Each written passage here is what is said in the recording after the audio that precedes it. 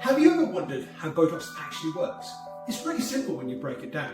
Every time you move a muscle, like raising your eyebrows, frowning, or squinting, your brain sends a signal down a nerve telling that muscle to contract. This is a normal part of how we express ourselves. Now, what Botox does is work at the connection point between the nerve and the muscle, what we call the neuromuscular junction. Think of it like this: the brain sends a message, but Botox temporarily blocks that message from reaching the muscle. It does this by interfering with the receptors that would usually receive the message.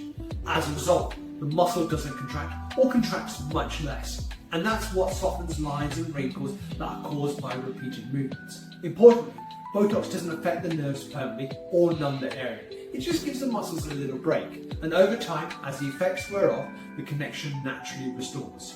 It's well-researched treatment that's been used for decades, not just for cosmetic reasons, but also for medical treatments like migraines and jaw tension. Now, often the biggest question I get is, how long is that Botox going to last?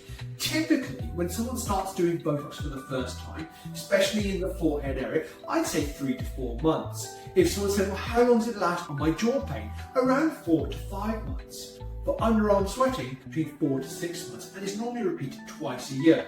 So it's different in every area, and it's different for each person, but generally those are the ranges.